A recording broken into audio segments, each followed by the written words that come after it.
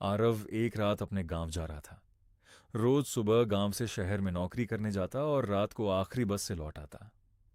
उस रात वह उसी तरह से अपनी बस का इंतजार कर रहा था।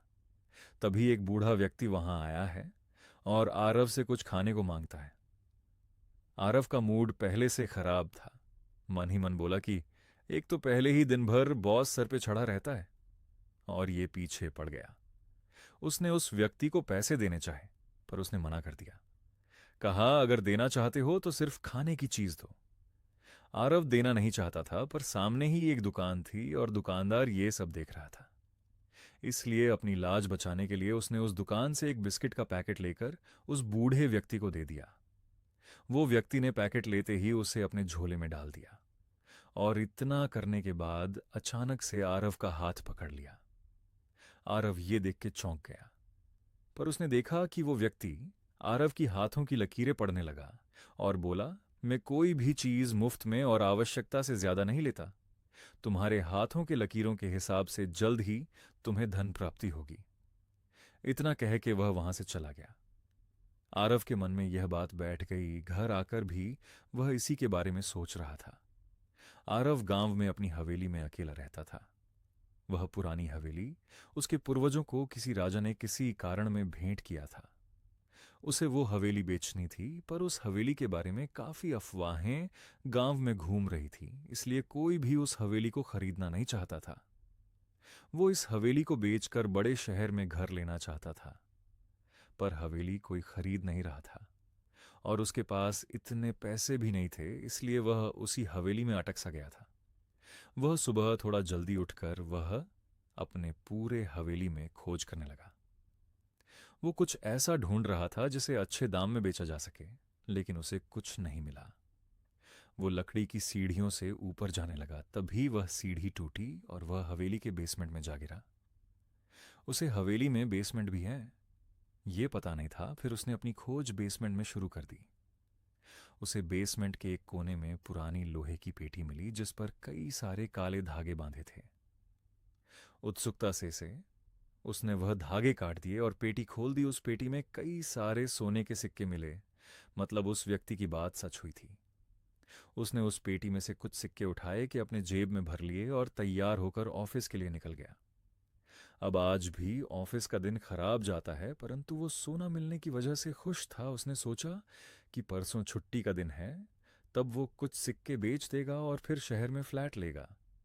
बाद में और भी सिक्के बेच के वो अपना खुद का बिजनेस शुरू कर देगा। शाम को बस का इंतजार करते हुए उसे वही व्यक्ति दिखा। आरव उसके पास गया और उसे जाकर बोला कि हाँ, आपकी बात सच हुई।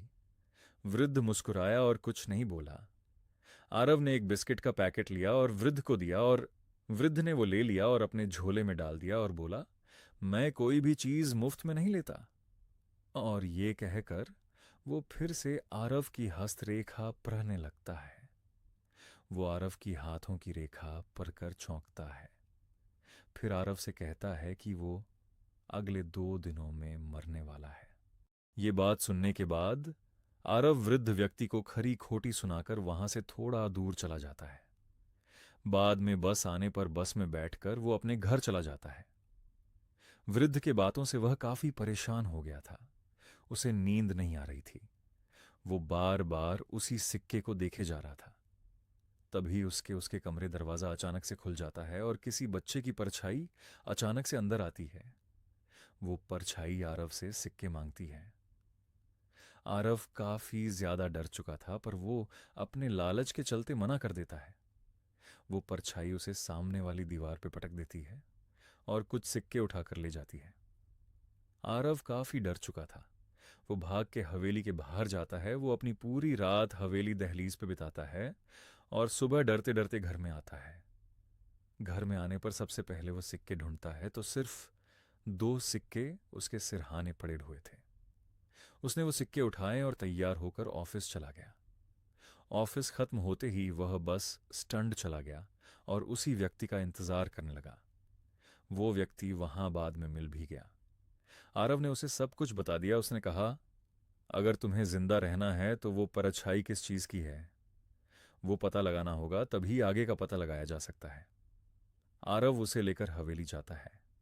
वो जल्द से जल्द पूरे घर में दोनों कुछ ना कुछ ऐसा ढूंढने लगते हैं जिससे इस आत्मा के बारे में पता लगाया जा सके। तभी उन्हें एक पुरानी किताब मिलती है जिसमें कुछ लिखा हुआ है।